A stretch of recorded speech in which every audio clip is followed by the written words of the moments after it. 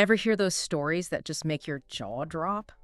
Like a billionaire who built this incredible empire only to see it all vanish. Yeah, or maybe someone you knew Yeah. seemed to have it all sorted. Exactly. And then suddenly, boom, everything falls apart financially. It really makes you think, doesn't it? Is getting rich about some secret formula, knowing the right people, or maybe picking that one winning stock? Or is it something deeper? Yeah. Is there a more fundamental piece of the puzzle we're missing? Those dramatic rises and falls, they often point to something far deeper than just market knowledge or, Yeah. having access to information. Oh, okay. Today, we're diving into this core idea that long-term financial success, it isn't simply about what you know about money. Right. It's profoundly about how you think about it and, crucially, how you behave with it. Exactly.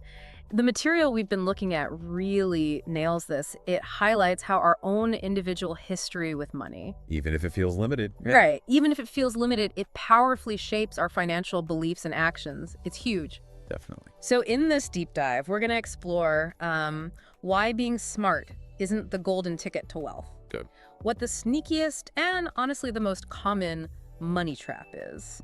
Some practical ways you can build real financial security without all that constant anxiety. Yeah, peace of mind. And a crucial mental shift, really, that can make long-term wealth feel like a much more natural outcome. So think of this as like your guide to understanding the psychology of wealth and how you can start aligning your mindset for that lasting financial success. Okay, let's get straight into it then. This idea that wealth is more about mindset than just crunching numbers. Yeah, and this really goes against the grain for a lot of people. Mostly. The common assumption is, oh, if I just had the right investment strategy or, if I just got that higher income. Then I'd be set. Exactly. Then I'd automatically be financially secure. Oh, But it doesn't always work like that. no, it's like we're constantly bombarded with noise about the next big thing, right? The can't miss investment. But the stuff we've been digging into emphasizes that the real drivers of financial success are often the less flashy thing. The boring stuff. Kind of. Our everyday financial habits, our ability to just stay patient, and the quality of our consistent decisions day in, day out. It's like one source put it, money isn't just numbers. It's emotions, decisions, and psychology. That really resonated. It's a vital distinction. It is. Consider the scenario presented of Alex and Ben. They both earn $60,000 a year. Same income. Okay. But Alex tends to prioritize immediate pleasures. He's spending on upgrades, luxuries, as soon as he can afford them, or maybe even before. Living it up now. Whereas Ben, he lives more frugally. He consistently puts a portion of his income into savings and invests thoughtfully for the future. And the long-term picture for these two, even with the same earning power, it's just so different, isn't it? Night and day. Ben ends up building this solid financial base simply because of his mindset, that sort of inherent tendency to save and invest. Yeah, the discipline. It really hits home that it's not just about the money coming in, but fundamentally about the choices we make with it. It almost makes you wonder, what's driving Alex's decisions? Is it just wanting to enjoy life now, or is there something else going on there? That's a great question, and it touches on those deeper motivations, doesn't it? Yeah. And the story of Ronald Reed, the janitor who quietly amassed a multi-million-dollar fortune. Incredible story. It really underscores Ben's approach. Here was someone with a really modest income. Right. Yet through consistent saving and sensible, maybe even unexciting investing over decades. Yeah, no fancy stuff. No, he achieved remarkable financial success. It's such a powerful contrast to someone who might say win the lottery or have a high-paying job but lacks that underlying financial discipline. And ends up losing it all. Exactly. What's fascinating here is how those small, regular actions, when compounded over time, lead to such wildly different outcomes. It totally flips the narrative, doesn't It it? really does. It's not about the big splash or the lucky break. The core takeaway here seems to be that true wealth is really built on the foundation of your mindset and the financial habits you actually develop. Patience, that consistent act of saving, and making smart, well-thought-out decisions. Those are the real engines of long-term financial growth. Okay, so building on that, let's explore what the material we're looking at identifies as a significant hurdle on this path. Right. The biggest money trap, which is this concept called hedonic adaptation. Hedonic adaptation. Okay, what's that? Briefly put, it's our tendency to quickly get used to improvements in our lives, whether it's a bigger house or a higher income. So we constantly need more just to feel the same level of satisfaction. Oh, I know that feeling. It's like, if I could just get that one thing, then I'd be set. Right. But then you get it, and before you know it, it's just normal. And you're already looking at the next thing on your wish list. Precisely. It's like being on a treadmill of wanting, just constantly chasing. That sounds like a recipe for never feeling content, like ever. It is, and it's a major, major obstacle to achieving genuine financial freedom. So how do you escape it? Well, the key seems to lie in a shift in perspective, realizing that true wealth isn't about the endless pursuit of more possessions, but about cultivating a sense of satisfaction with needing less. Actually needing less. Okay, needing less. That's interesting. The example of the raise that doesn't actually change anything is so spot on. Yeah, tell me about it. You get that, say, $10,000 raise. There's that initial buzz, right? Excitement. Oh, yeah. But almost immediately, lifestyle creep sets in. Suddenly, there's a bigger car payment or higher rent, maybe eating out more. Little things add up. Totally. Yeah. And before you know it, you're right back to that same level of financial stress, even though you're earning more. It's like the finish line just keeps moving further away. You never actually reach it. And this leads directly to the trap of lifestyle inflation. It's perfectly illustrated by that comparison of Sarah and David. Remember, both earning $100,000 a year. Right. Good income. Good income. But Sarah consistently increases her spending to match it. Bigger house, more expensive car, fancy restaurants. Living the high life. Right. But she's still paycheck to paycheck, despite that substantial earning. David, in contrast, consciously chooses to live below his means. He directs the surplus towards savings and investments.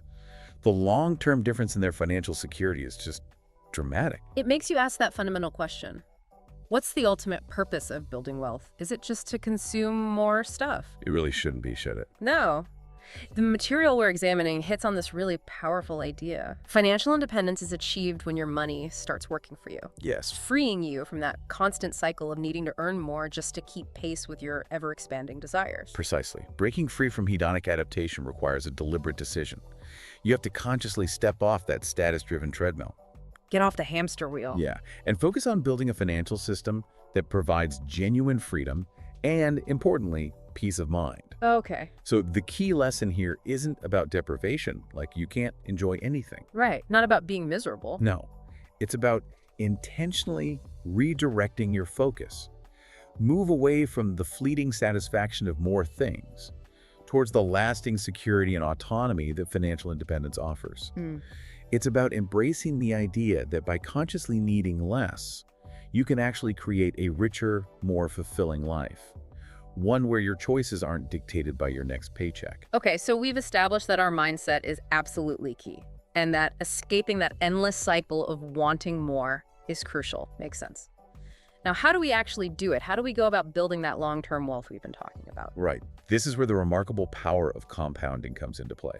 Compounding, the magic word. It kind of is. Yeah. The material we've reviewed describes it as the exponential growth of your money over time. Basically, the returns you earn then start generating their own returns. It's a gradual process, definitely. It requires both patience and starting early, but its effect on wealth accumulation is, well, it's undeniable. It's like that classic snowball analogy, right? Okay, got it. You start with a small snowball, and as it rolls down the hill, it just picks up more and more snow, growing at an accelerating rate. Perfect analogy. In the example of investing just $100 each month, Yeah, that was striking. with an average annual return of, say, 8%, Wow. it really brings this to life. After 10 years, it grows to a respectable amount, around $18,000. Okay, not bad. Not bad. But if you let that continue for 40 years, Wow. it explodes to over $300,000 from just $100 a month. The element of time is just absolutely crucial here. It really shows the power of starting early. Exactly. And the story of Warren Buffett's extraordinary wealth further illustrates this principle. Right. The Oracle of Omaha. An astounding 99% of his vast fortune was accumulated after the age of 50. After 50. That's amazing. It is. And this wasn't due to sudden high-risk bets. It was through decades of consistent investing and just allowing the power of compounding to work its magic. Letting time do the heavy lifting. Yeah. His journey highlights that building wealth isn't about trying to get rich quick. It's about understanding that time is a fundamental ingredient in the recipe for long-term financial success. What's particularly interesting is that contrast, between the allure of rapid gains that everyone chases. Yeah, the hot stock tip. And the quiet, steady accumulation that compounding provides over many, many years. It's a really powerful counter-argument to all those get-rich-quick schemes we constantly hear about. Absolutely. The core truth, as the material we're examining points out, is that wealth develops incrementally, bit by bit, and compounding is arguably the most significant force at play in the world of finance. Patience isn't just a virtue here, it's like a fundamental component of building lasting wealth. Absolutely. The key lesson here is straightforward, but it's incredibly impactful. Begin investing as early as you possibly can. Start now. Start now. Remain patient through the market fluctuations, and there will be fluctuations. Guaranteed. And allow the combined forces of time and compounding to be your strongest allies in wealth creation. The longer your investment horizon, the more significant the impact of compounding will be. Plant the seeds early. Exactly. It's about planting those financial seeds early and consistently, and then letting the natural cycles of the market work in your favor over the long run. Okay, so we've covered the importance of having a wealth-focused mindset, the need to escape that trap of constantly wanting more. Hedonic adaptation. Right, and the incredible power of compounding. Got it. Now, how do we practically integrate all of this into our daily lives? How do we really master our financial psychology? Yeah, the practical side. Mastering your financial psychology is all about consciously aligning your beliefs and your actual financial habits to support your long-term wealth goals. Okay. It's about moving beyond just understanding what you should do. Knowing isn't enough. No. It's about consistently putting those principles into action. The material we've looked at outlines 4 key principles that can really help in this area. All right, let's hear them. Principle 1. The first crucial principle is to save automatically. Automate it. Okay. Yeah. Think of saving not as something you do with whatever's left over at the end of the month. Which is usually nothing. Often, right? But think of it as a non-negotiable bill you pay to your future self first. Pay yourself first. Exactly. Setting up those regular automated transfers from your checking account to your savings or investment accounts just takes the emotional decision-making out of the equation. Takes the willpower out of it. Totally. It transforms consistent wealth building into a natural, almost effortless habit. And it significantly reduces the mental energy you spend on monthly budgeting. That makes perfect sense. It's like creating a system that supports good financial behavior without you having to constantly make a conscious effort every single time. What's principle number 2? The second key principle is to avoid lifestyle inflation. Yes, the creep. We touched on this earlier in the context of hedonic adaptation, but it's so fundamental it's worth hitting again. Okay.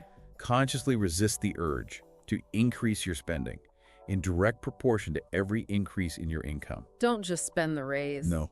Instead, make a deliberate choice to direct a significant portion of that surplus towards savings, maybe paying down debt, or definitely investments. This is absolutely vital for building a solid financial foundation that isn't constantly being eroded by ever-increasing expenses. So being really intentional about where that extra income goes, rather than just letting it sort of subtly get absorbed into slightly upgraded living standards. Got it. Makes sense. Exactly. The third principle is to invest with simplicity. Keep it simple. Yes. Yes. Forget the allure of chasing high-risk, get-rich-quick schemes, or trying to time the market perfectly. It's exhausting and rarely works. Yeah, sounds stressful. It is. Instead, focus on building wealth through steady, boring, long-term investment strategies. Think about low-cost index funds or diversified long-term savings plans. Set it and forget it, kinda. Pretty much. Consistency and time in the market are far more critical than trying to time the market or pick the next big winner. This approach significantly reduces stress and promotes sustainable growth over the long haul. Simple and steady wins the financial race, it seems. That makes a lot of sense. Okay, and what's the final principle for mastering our financial psychology? The fourth principle is to embrace uncertainty. Embrace uncertainty, okay. The reality of financial markets is that they are inherently unpredictable. No one knows for sure what's coming next. Right, ups and downs. Exactly. There will inevitably be periods of volatility and downturns.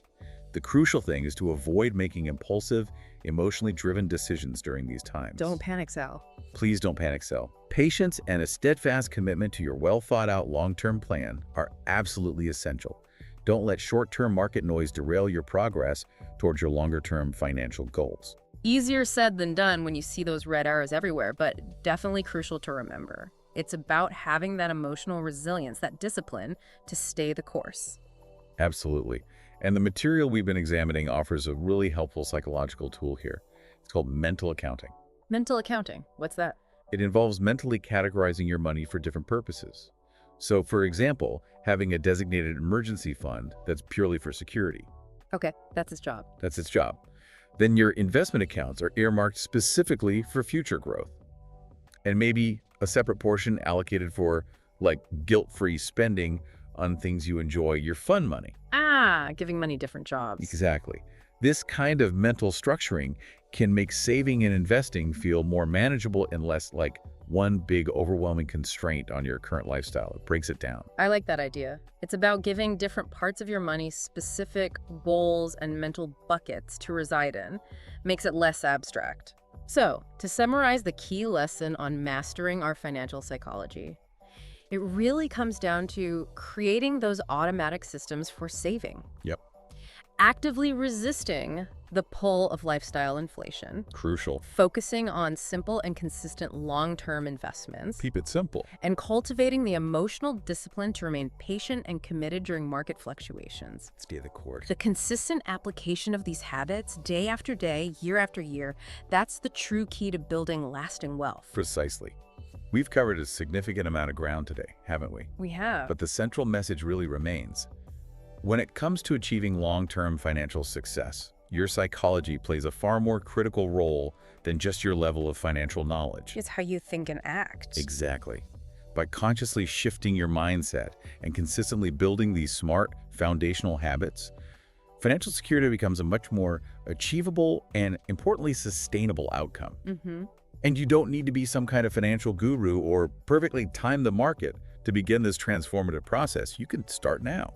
And that brings us to a really empowering concept highlighted in the material we've explored, the Elysium effect. The Elysium effect. I like the sound of that. Me too. It's not some complicated financial strategy, but rather a moment of personal change, really, that begins with a simple conscious decision you make today, right now. It's about seizing immediate control, taking action. The material suggests a very brief but powerful exercise. Okay. Take just 3 seconds right now. Pause. Visualize yourself making smart, confident financial decisions. See that version of you. Okay, got the picture. And then commit right now to acting in alignment with that vision immediately. No hesitation, no overthinking. Just do it. It's like flipping a switch in your mind, isn't it? Making a deliberate choice in this very moment to align your actions with your long-term financial aspirations. Exactly. And to really put this into action, the call to action is to identify just one specific financial habit that you, our listener, can commit to starting today by harnessing this Elysium effect. Just one thing. It could be as simple as setting up that automatic transfer to your savings account we talked about. Takes 5 minutes. Right. Or committing to reading one informative article on personal finance each week. Or even just taking a few minutes to track your spending for the next couple of days, just to see where the money's going. Get some awareness. Yeah. The key is to take that immediate, decisive first step. Don't put it off. So, using that 3-second visualization, what is that one financial habit you, listening right now, are going to commit to implementing starting right now? What's your action? Embrace that Elysium effect.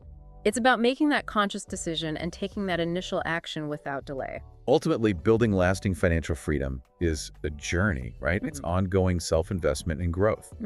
By consistently making smart choices, guided by a sound financial psychology, that Elysium effect can be the catalyst that propels you towards long-term financial well-being and the freedom that comes with it.